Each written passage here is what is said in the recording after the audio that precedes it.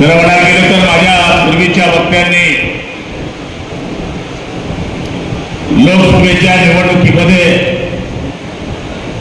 स्मिताताई वाघ यांना मतदान का करावं याच्याकरता आपले विचार या ठिकाणी मांडले. खरं म्हणायला गेलं तर ही निवडणूक गटर वाटर आणि मीटरची निवडणूक नाही आहे. ही निवडणूक सोसायटीची निवडणूक नाही आहे. ही निवडणूक जेडपीची नाही आहे. ही निवडणूक आमदारकीची नाही आहे. ही निवडणूक आपल्या देशाचं भवितव्य ठरवणारी निवडणूक आहे. मी प्रत्येक भाषणामध्ये हे सांगत गेलो आहे की स्मिताताई वाघ या नाम मात्र उमेदवार आहे, पण या देशाच्या 544 ठिकाणी एकच उमेदवार उभे आहेत आणि त्यांचं नाव आहे नरेंद्र दामोदर मोदी आणि आपल्याला त्यांना विजयी करायचं आहे. खरं म्हणायला गेलं तर किशोरप्पा तुमचं अभिनंदन केलं पाहिजे की तुम्ही मला काल संध्याकाळी फोन केला आणि म्हणे आम्ही युतीचा मेळावा घेतो, आपण येणार का? योगायोगाने माझा वेळ खाली असल्यामुळे मी आपल्याला सांगितलं की घ्या आणि 5 वाजेपासून आपण एवढ्या मोठ्या संख्येनं उपस्थित आहे. शेतकऱ्यांचा हा तालुका आहे, शेतमजुरांचा तालुका आहे. 8 वाजता मंबम करायची आपल्याला सवय आहे. त्यामुळे साहजिक आहे की आपल्या कार्यकर्त्यांना इथून जेवण करून आपल्या घरापर्यंत जायचं आहे.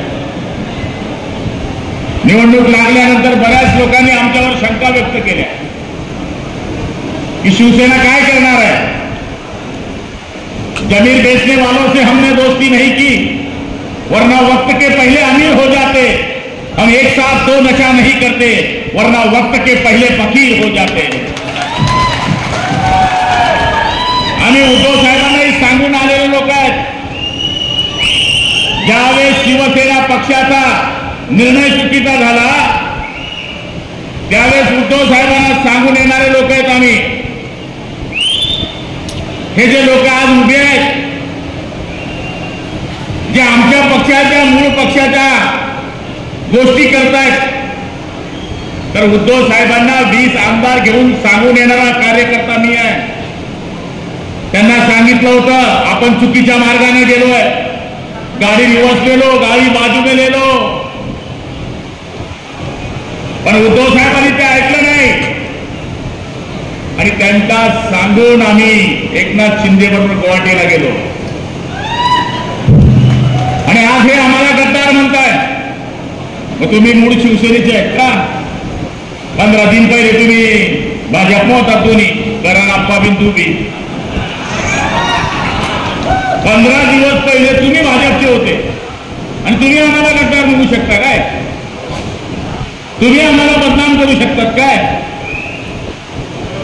अरे आम्ही जे लोक आहेत 35 वर्ष कष्टा घालून हा शिवसेनेचा भगवा झेंडा खांद्यावर घेऊन गाव फिरून शिवसैनिक उभा करणारे लोक आम्ही आहोत. त्यामुळे आयरे गरे नट्टू खैरे तुम्ही आम्हाला शिकवायची गरज नाही. यांनी एकच काम चालू केलंय या मतदारसंघात, अफवा. इंग्रजांच्या काळामध्ये एक अफवा खाता असायचं. जसं एखाद्या गावामध्ये एखादा माणूस असतो तो पुरं गाव ना काढून देतो, तसं यांच्यामध्ये काही लोक आहेत ठराविक. एखाद्या ठिकाणी ऍक्सिडेंट होतो, 4 लोक जखमी होतात आणि रक्त वाहत राहतं. मग अफवा ऐकणारा हा जो माणूस आहे ते बघतो आणि गावात येऊन सांगतो चारी घ्या, एक बी वाचिल नाही माझ्या, चारी घ्या. थोड्या वेळेने जेव्हा तपास होतो ते एकाचं डोकं फुटलेलं असतं, बाकी सगळे चांगले असतात. तसं हे प्रत्येक तालुक्यामध्ये जाऊन सांगतायत. पाचोरात आले तर एरंडोलमध्ये आमची हवा आहे, एरंडोलमध्ये आले तर धरणगावमध्ये आमची हवा आहे, धरणगावमध्ये आले तर आमची 40गावमध्ये हवा आहे. हवा कुठे नाहीये, कुठेच नाहीये. मी तुम्हाला कायद्याने सांगतोय. शेतकऱ्यांना उचकवत आहे हे. अरे 80 कोटी लोकांना कधी फुकटात धान्य भेटलंय का? 80 कोटी लोकांना 5 वर्ष फुकटात धान्य कधी भेटलंय का? 1500 रुपये पगार डायरेक्ट डीबीटीने आपल्या संजय निराधाचा कधी आलाय का? एसटी मध्ये 50% महिलेला कधी कधी तिकीट तुम्ही दिलंय का? 65 वर्षाचा म्हातारा माणूस पंढरपूरला फुकटामध्ये कधी गेलाय का? हे जे केलंय हे काम आम्ही केलेलं आहे. मग ते केंद्र सरकार असो का राज्य सरकार असो. आणि मोदीजींनी काही कारवाया केल्या तर आता सांगतात की हे ईडीचं सरकार है. ईमानदारों के लिए लहर है मोदी, ईमानदारों के लिए लहर है मोदी, बेईमानों के लिए जहर है मोदी और देश के गद्दारों के लिए जहर है मोदी. आपल्या या देशाच्या इतिहासामध्ये पहिली वेळ अशी आली की पाकिस्तानला सुद्धा फटाका फुटल्यावर सांगावं लागतं की याच्यामध्ये आमचा हात नाही आहे. फटती है उसकी फटती है, हा एकमेव नेता आहे. म्हणून आपण जातीपातीच्या राजकारणामध्ये जवळचा नातेवाईक आहे. दिलीप भाऊ इथे बसले, किशोरप्पा बसले, मी आहे. माणूस रावसाहेब पदावर जोपर्यंत राहतील तोपर्यंत परत नातेवाईक नसतो. पदवर उन्हा पण फुईभू म्हणा आत्या भोन सालाला सालाला साला हे लगेच होऊन जात होतो. आय लव्ह यू तेव्हाच होतं ते. आणि निवडून आल्यानंतर तू कथा मी कथा हे जे चाललंय हे येणं बनायचा कार्यक्रम आहे. आजपर्यंत नातेवाईक कधी लग्नात आले, कधी शेंडीत आले. आणि जो तुमच्या दुःखात येतो, जो तुमच्या सुखात येतो, ना तू बडा ना मैं बडा, जो मुसीबत में खरा वही बडा. त्यामुळं मी आपल्याला हे सांगायला आलोय की हे इलेक्शन आलं, दुसऱ्या जातीचा माणूस असला का मग तो परका जात नाही. आता तो तुम्ही एकच जात नाही, मग नातं काढता. नातं अरे कधी आयुष्यामध्ये तुम्ही नातं काढलं रे? कोणाच्या लग्नात गेले रे तुम्ही, कोणाच्या शेंडीत गेले? 17 दिवस पारड्यामध्ये पाणी नाही, ही स्थिती आहे. 17 दिवस.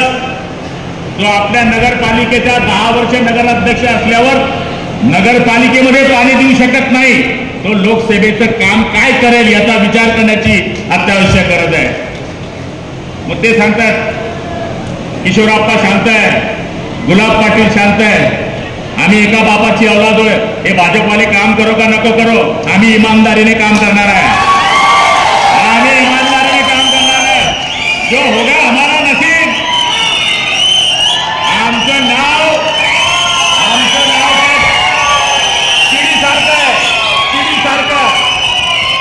चिडीसारखं नाव आहे. एका जंगलाला आग लागली आहे, सगळे वाघ सिंह हत्ती पळताय, पण एकटी चिमणी चोचेनं पाणी टाकते. तेव्हा हत्ती हसतोय, वाघ हसतोय आणि वाघ म्हणतोय अरे चिरे, अरे आमच्यासारखे पळताय आग पाहून, तू कशा करता थेंबा थेंबा पाणी टाकते. म्हणे ही आग भिजणार नाही. त्यावर चिमणी सांगते ते उत्तर ऐकण्यासारखं आहे. तिचं म्हणणं आहे की तुम्ही बी मरणार आहे पण मी पण मरणार आहे, पण तुमचं नाव भगोड्यामध्ये होईल, माझं नाव आग विझवण्यामध्ये होणार आहे. त्यामुळे आमचं काम हे भगवा लावण्यामध्ये होणार आहे. तंबू भी लगा देंगे तो लगा देंगे धूमधाम से, और बंबू भी लगा देंगे तो लगा देंगे धूमधाम से, और भगवा भी लहरा देंगे तो लहरा देंगे धूमधाम से. आम्ही गद्दारी हा विषय आयुष्यात करू शकत नाही. जे करायचं होतं ते शिंदे साहेबांच्या समोर जाऊन आम्ही उद्धव साहेबांना करून दाखवलंय. त्यामुळे मी आपल्याला खात्री देतोय, जेवढे इथे शिवसैनिक बसले आहेत, जेवढे भाजपचे कार्यकर्ते बसले आहेत, त्यांना सगळ्यांना माझी विनंती आहे, अफवेवर लक्ष ठेवू नका. जर तुम्ही हे साप वाढवले तर आज ते तुम्हाला दिसताय तसं नाहीये, तुम्हाला सुद्धा ते चावल्याशिवाय राहणार नाही. ही विनंती करण्यासाठी मी या ठिकाणी आपल्याकडे आलो आहे. सरफरोशों की तमन्ना अब हमारे दिल में है, देखना है जोश ये बाजू कातिल में कितना है. त्यामुळे मला खात्री आहे की आमचा इथं बसलेला एक एक कार्यकर्ता, उन्हाचं वातावरण आहे, प्रचार अजून रंगला नाहीये, लोकांना असं वाटतं की जपिला आपण ही नाही शीट, अशाने चालणार नाही. आपल्याला गावागावामध्ये कमळाचं फूल, 3 नंबरचं निशाण, नरेंद्र मोदी पंतप्रधान, हे सगळं समजून सांगावं लागेल. आणि मला असं वाटतं की आपण सगळेजण या गोष्टीचा 100% विचार करणारे कार्यकर्ते आहोत। बऱ्याच गोष्टी मला सांगायच्या होत्या, पण वेळ जास्त झालेला आहे। मी आपला जास्त वेळ काही घेणार नाही। फक्त आपण 13 तारखेला सकाळी 7 वाजता उठून कमळाच्या फुलावर बटन दाबून स्मिताताई वाघ यांना प्रचंड मतांनी विजयी करा ही विनंती करतो आणि माझे लांबलेले 2 शब्द संपवतो। जय हिंद, जय महाराष्ट्र। गणेश बापूंना मी या ठिकाणी विनंती करतो, तुम्ही आभार.